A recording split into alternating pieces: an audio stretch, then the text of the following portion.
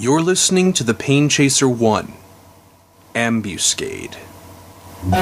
This audiobook contains violence, torture, drug use, and scenes of a graphic and often disturbing sexual nature.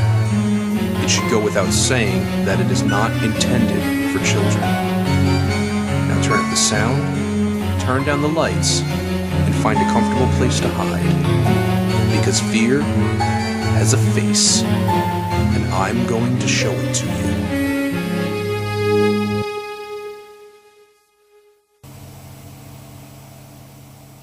Chapter 7. The long stairway creaked as they descended. This part of the school felt different than the rest. It smelled different. Ancient dust and mold stifled the air regardless of the cleaning job done by the work crew. And there was something else layered beneath. Something sour. Rob knew in the back of his mind that he'd promised himself to steer well clear of this part of the old building. However, the mixture of cocaine in his blood and the desire to impress the pretty woman who walked nervously behind him continued to drive him forward.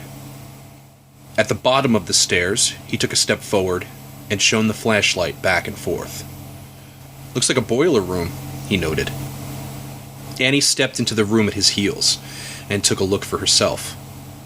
She was unsurprised to find a maze of reddish pipes arcing away from a huge industrial boiler to feed heat to different parts of the school. "It's cold down here," she said, wrapping her arms around herself protectively. "Yeah," he breathed distractedly, and swung the light in a wide arc. The way the shadows moved in the shifting light made the network of pipes seem to crawl.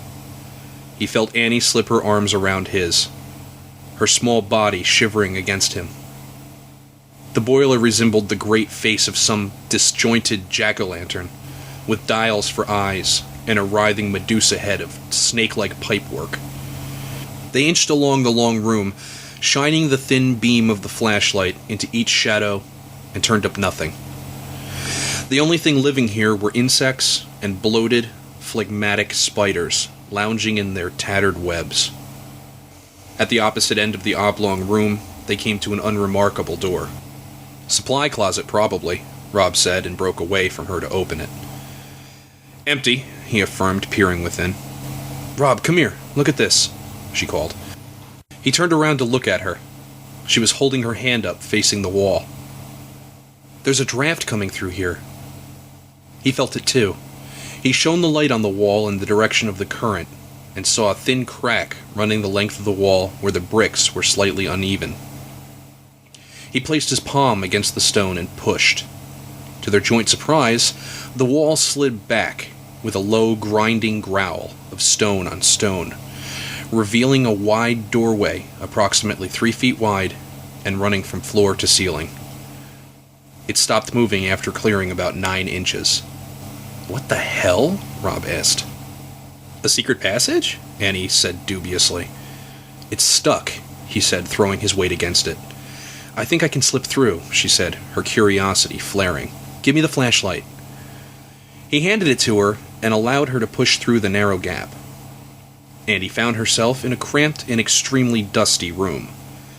At its center was some sort of altar or shrine, atop which were situated a number of extinct hurricane lamps, strange gleaming statues, and a heavy tome.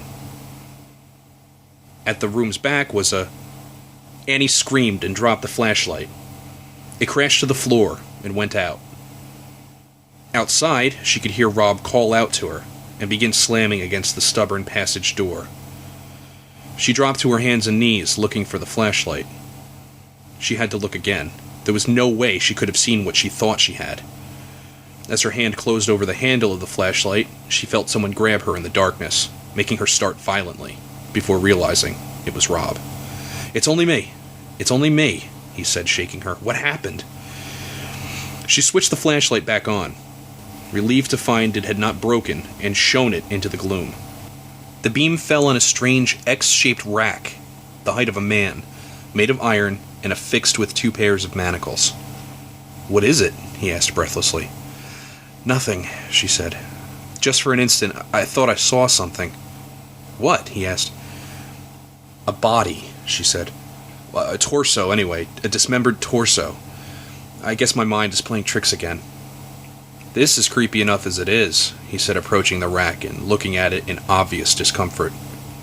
"What is it?" she asked. "I don't know, but it appears to be some kind of torture rack. What would something like this be doing hidden in the basement of a school?" She looked at it more closely. The device was old. Much older than the 1960s, she would guess. Its surface was chipped and rough-looking, stained with a red liquid that seemed to ooze from the metal and had run in thick rivulets to the floor. "Is that blood?" she asked, horrified. "Rust, I think," Rob said. "What the hell is this place?" She moved to the altar and looked more closely. Words were painted there in Latin. Meditatus vestri poena. Meditatus sounded like meditate to her. Poena. Poem, maybe? She didn't know. What she had taken for statues before were something even stranger. Models of insects and arachnids. Each roughly 8 or 9 inches in length, made of some polished, gleaming metal, though they weren't statues. The joints were articulated. They appeared to be able to move, as if they were mechanical or robotic. Thankfully, they showed no signs of doing so. At the table's center sat the aforementioned book and another statue. This one, a 4-sided pyramid, covered in some kind of runic script. 2 appeared to have moving parts. The bottom seams were hinged, and there were horizontal separations along the triangular sides. It was all frighteningly odd. "What did you find?" Rob asked her, coming over to stand beside her. "I have no idea," she said honestly, turning now to look at the great dusty tome governing the bizarre collection. "The Book of Adumbral Verses, Litany of the Morsus Labari," she read off the cover, shrugged. She opened it to a random page and continued to read aloud. "Decay is the natural state of human life. The host body is simply an ambry used to house one's spirit as one is transported to one's eternity. Should one wish to receive the blessing of eternal life, one must be willing to sacrifice the flesh. Only through the purifying powers of pain may one earn the right to stand before the master." Rob gaped at her and came around the table to stand beside her. Annie continued to flip through the strange book at random until she came to a set of pictures. One was a sketch of a man, face contorted in agony, suspended in the air by various hooks inserted into the flesh along his back, as well as the backs of his arms and legs. The skin stretched and distended unnaturally.